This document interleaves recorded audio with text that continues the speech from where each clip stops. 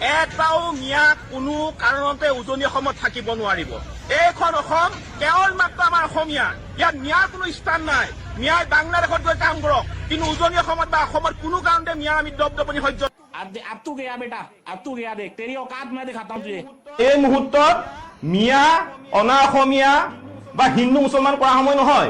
এই মুহূৰ্তত আমি জাতি বৰ্ণ ধৰ্ম ভাষা নিৰ্বিশেষে সকলো মানুহ এই বিশ্বত জীয়াই থকা বা অসমত জীয়াই থকা বা অসমত বসবাস কৰা সকলো মানুহে ইজনে সিজনৰ হাতত হাত ধৰি আমি আগবঢ়াৰ সময়।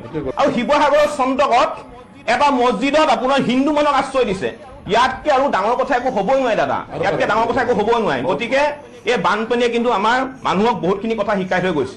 গতিকে আমি এটাই ভাবো, বানপানী উদ্ধাৰ হোৱাৰ পিছতে আমি আমাৰ যিখন সমাজ জাতি বৰ্ণ ধৰ্ম ভাষা নিৰ্বিশেষে বসবাস কৰা সমাজখনক আমি সদায় একতা দোলে আগবঢ়াই লৈ যাবলৈ আমি চেষ্টা কৰিম। আৰু জমিয়ত উলেমা হিন্দক আমি পুনৰবাৰ অন্তৰৰ পৰা ধন্যবাদ জ্ঞাপন কৰিছো। আপোনালোকৰ এই কষ্ট ত্যাগক আমি চিনি পাইছে এইজনক চিনি পাইছে নহয় আপোনালোক? তেনেধৰণৰ চেলুট। কিন্তু বানপানীৰ মুহূৰ্তত এইবোৰ কৰাৰ সময় নহয়, হিন্দু মুছলিম কৰাৰ সময় নহয়। কিন্তু বানপানীৰ পিছত আকৌ কৰিবি নহ'ব,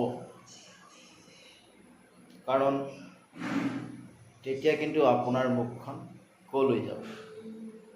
গতিকে মই এইটো কথাই ৰাইজক সকলোকে ক'ব বিচাৰিছিলোঁ সেইটো মুহূৰ্তত, কিন্তু ক'ব নোৱাৰিলোঁ। আৰু আপোনালোকে হয়তো দেখে, চাই থাকে, মোৰ এইবিলাক পচন্দ নহয়, একদম পচন্দ নহয়। তো মই য'ৰ ত'ৰ পৰা ইয়াৰ ভিডিঅ'কেইটা যুগতাই এটা সৰু সুৰা ময়ো ভিডিঅ' এটা বনাই দিলোঁ। তো লেটছ এনজয়, লাভ চাম, জয় হিন্দ।